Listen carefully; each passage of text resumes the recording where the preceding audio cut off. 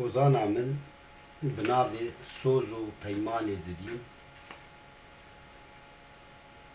Min ev hozaniya vehandî li başê rêza xwe nehî meha yazda sala 1984.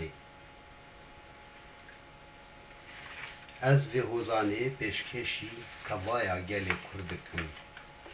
Bi taybet Kurdperwerên dilxwazên pêkînana dewleta Kurdiya ser bixwe.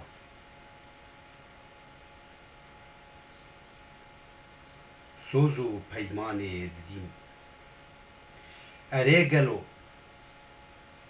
Erê gelo ma nizanin çend me parça parça bikin, goştê me ji hev belav bikin, hestîkên me hûr hûr bikin, ew neşin derya evîn li me hişk bikin, li me çik bikin, li me çik bikin.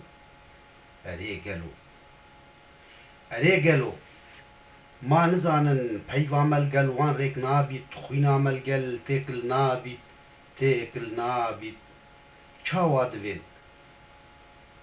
Çawa divên bi zordarî bi wan destên gemar girtî, keda xweha me bimêjin, keda palew cotyaran bixwin û lê bikerifin, mafê wana hinda bikin.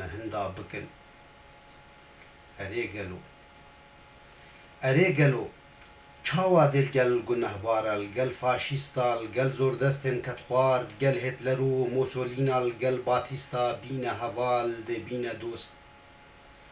Dibêjin çi cara lê ve nabîn, çend me parça parça bikin, di deryayeka bêbin de bin av bikin. Li beriyê li nav xîzî de cegera me şex şex bikin, me li nav gola qîra reş de biçiklînin. Lê ve nabîn, gel koma zordestan destek nabîn, heval nabîn. Son dixwin bi xaka zêrîn, bi navê te şîrîn, doza xwe bernadîn, ew doza li me bûye evîn. Li pey diçîn ta bistînîn.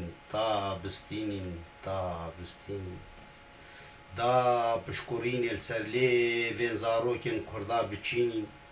Ew zarokên ji mêşwere Rûs û Birsî, rondkê çavan xwîna zelal, ser rûyekên jar hatîne xwar.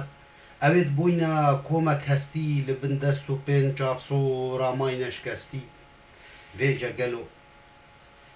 Vêce gelo werin çav bidinê van çepela xwîna zarokên dayika me dikine mey û vedixwin. Tu dibê hirçin, tu dibê gurgin, dev bixwînin, her dem yê serxweş û dînin. Çawa gelo dest dahêlîn, dirinde pêkolê dikin, divên bisojin buhara me, divên bikujin bawerên me, divên nehêlin navê me li ser rûyê zemîn.